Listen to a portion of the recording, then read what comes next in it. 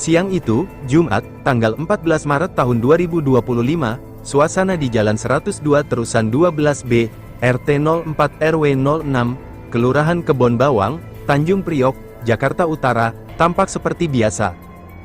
Namun, ketenangan warga mendadak pecah saat salah satu tetangga menemukan sesosok tubuh tak bernyawa di dalam sebuah rumah. Korban adalah seorang wanita berinisial SSK, yang selama ini dikenal pendiam dan jarang berinteraksi dengan warga sekitar. Penemuan ini berawal dari kecurigaan para tetangga. Sejak Kamis, tanggal 13 Maret tahun 2025, SSK tidak terlihat keluar rumah. Padahal biasanya ia masih terlihat beraktivitas meski sekadar menyiram tanaman di pekarangan kecilnya. Lampu rumahnya juga tetap menyala sejak malam sebelumnya, dan panggilan dari kerabat serta teman-temannya tidak kunjung dijawab.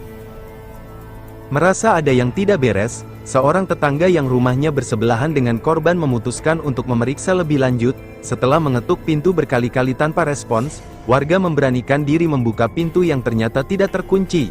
Saat masuk ke dalam rumah, suasana mencekam langsung terasa, hingga akhirnya, di dalam kamar mandi, mereka menemukan tubuh SSK tergeletak tak bernyawa dengan luka terbuka di kepalanya. Warga segera melaporkan temuan tersebut ke pihak kepolisian. Dalam waktu singkat, polisi dari Polsek Tanjung Priok dan tim identifikasi di Treskrimum Polda Metro Jaya tiba di lokasi untuk melakukan penyelidikan awal. SSK adalah seorang wanita yang diketahui berstatus menikah. Namun ia tinggal seorang diri di rumah tersebut, suaminya tidak tinggal bersamanya, dan informasi mengenai kehidupan pribadinya masih terus didalami oleh pihak kepolisian. Sehari-hari, SSK dikenal sebagai seorang ibu rumah tangga yang tidak banyak bergaul dengan warga sekitar. Meski begitu, ia tidak pernah terlibat masalah atau konflik dengan siapapun. Menurut salah seorang tetangga, SSK sering terlihat di rumah sepanjang hari dan jarang menerima tamu. Orangnya pendiam, tidak pernah ribut atau berkonflik dengan warga. Tapi, belakangan ini memang terlihat lebih murung, ujar seorang warga yang mengenal korban. Tak butuh waktu lama bagi polisi untuk mengidentifikasi tersangka. Berdasarkan bukti dan keterangan awal, polisi menetapkan seorang pria bernama Suhendra sebagai tersangka utama dalam kasus ini. Suhendra adalah pria dengan ciri-ciri berkulit sawo matang, alis tebal, serta berkumis. Saat ditangkap, ia mengenakan kaos hitam dan celana jeans, dengan tangan diborgol di belakang tubuhnya. Polisi masih mendalami hubungan antara Suhendra dan korban, serta kemungkinan adanya motif tersembunyi yang melatar belakangi pembunuhan ini.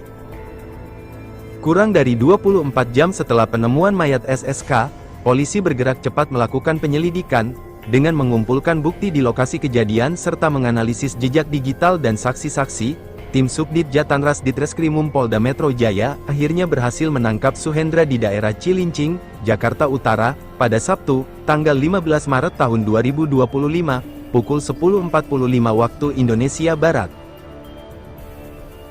Pelaku atas nama Suhendra telah berhasil diamankan oleh Subdit Jatanras pada pukul 10.45 waktu Indonesia Barat hari ini di daerah Cilincing, Jakarta Utara, ungkap Kasubdit Jatanras Ditreskrimum Polda Metro Jaya, AKBP Abdul Rahim, dalam keterangannya. Saat ini, Suhendra telah dibawa ke kantor polisi untuk menjalani pemeriksaan lebih lanjut. Namun, hingga kini, polisi masih menyelidiki motif yang melatar belakangi pembunuhan tersebut. Meski motif pembunuhan masih menjadi tanda tanya, polisi menduga kejadian ini terjadi dalam kurun waktu antara Kamis malam hingga Jumat pagi. Dugaan sementara, korban sempat mengalami kekerasan sebelum akhirnya tewas dengan luka terbuka di kepalanya.